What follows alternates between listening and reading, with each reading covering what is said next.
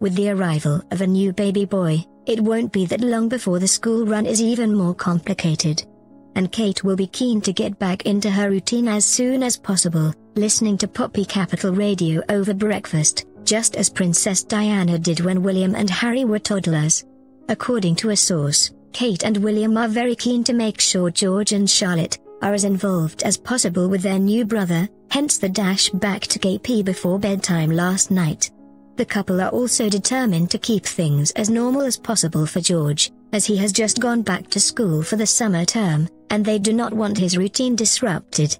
For his part, William is good with the children in the nursery, one quality of his father Prince Charles that Diana acknowledged.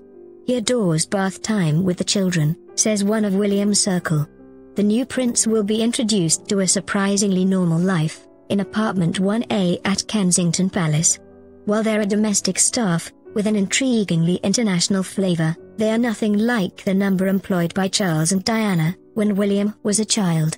They had at least a dozen full-time staff in London, including a dresser for the princess, housekeeper, butler and a valet for the prince. The key figure today is Maria Borello, the stern-looking, but engagingly personable, nanny who has been with the couple since the arrival of George. Nanny Maria, who was known as Santa by friends because they thought she might become a nun, lives in at Kensington Palace, where she has her own private quarters of bedroom, sitting room, kitchenette and bathroom. Born in Madrid, Maria is a familiar figure in her Norland nanny uniform of beige nurse's dress, and little brown bowler hat, marshalling the children at the Round Pond in Kensington Gardens, sometimes taking them to Hyde Park and, inevitably, to Bucklebury Farm Park Deer Safari, in the Berkshire village where Kate's parents Mike and Carol Middleton live.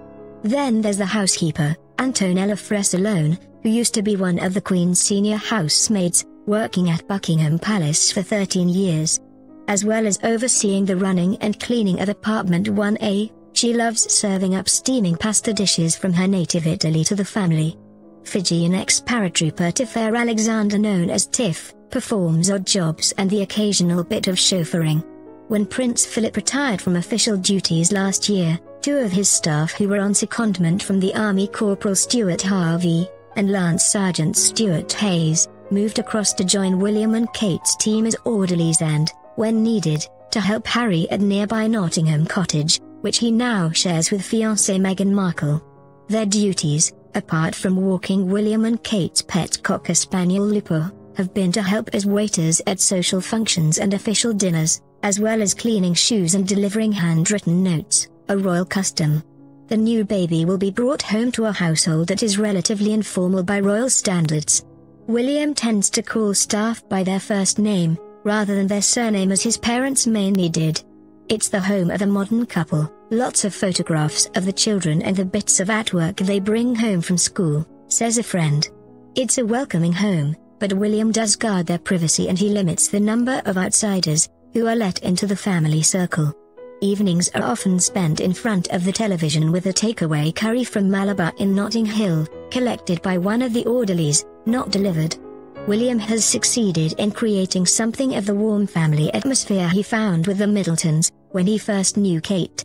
But, as working royals, he long ago accepted that his and Kate's home could never be quite like theirs. He's matched them in one area, however, like them, he now has 3 children. By last night everything had been made ready in the Peter Rabbit-themed nursery, to welcome home George and Charlotte's new baby brother. I gather there are some new additions to the nursery, but no fresh licks of paint. There are, however, lots of new soft toys already, some from George and Charlotte, and many baby presents have also been delivered to the palace. Officially, the couple say they won't be hiring a maternity nurse to help with the early days of the new arrival. Insiders say Kate plans to breastfeed her new baby, but no one would think less of her if she did decide to call in specialist help, particularly during the night. A maternity nurse will normally sleep with the newborn and take the baby to its mother to be fed. After the birth of Prince George in 2013, Kate was on her knees with exhaustion because he hardly slept, and wanted his mother's constant attention. When George was born, William and Kate had the builders in at Kensington Palace, and were still living in cozy 2-bedroom Nottingham Cottage. They almost immediately headed off to the Berkshire home of the Duchess's parents. By the time Charlotte arrived 2 years later, the £4.5 million refurbishment of apartment 1A had been completed. With 5 reception rooms, 3 master bedrooms with adjoining dressing rooms and bathrooms, there is certainly plenty of space. The imaginative transformation includes a night nursery where Charlotte and George sleep, and a day nursery for playtime. On the first floor are the master bedrooms with ensuite bathrooms, and his and hers dressing rooms. On the top floor, reached by lift, are 9 further bedrooms for staff, while a basement area where the photographer Earl of Snowdon once had his darkroom is now a well-appointed gym with laundry and luggage rooms nearby. The kitchen, on which the couple spent £170,000 of their own money, is the heart of this royal home, and where they like to entertain close friends and family.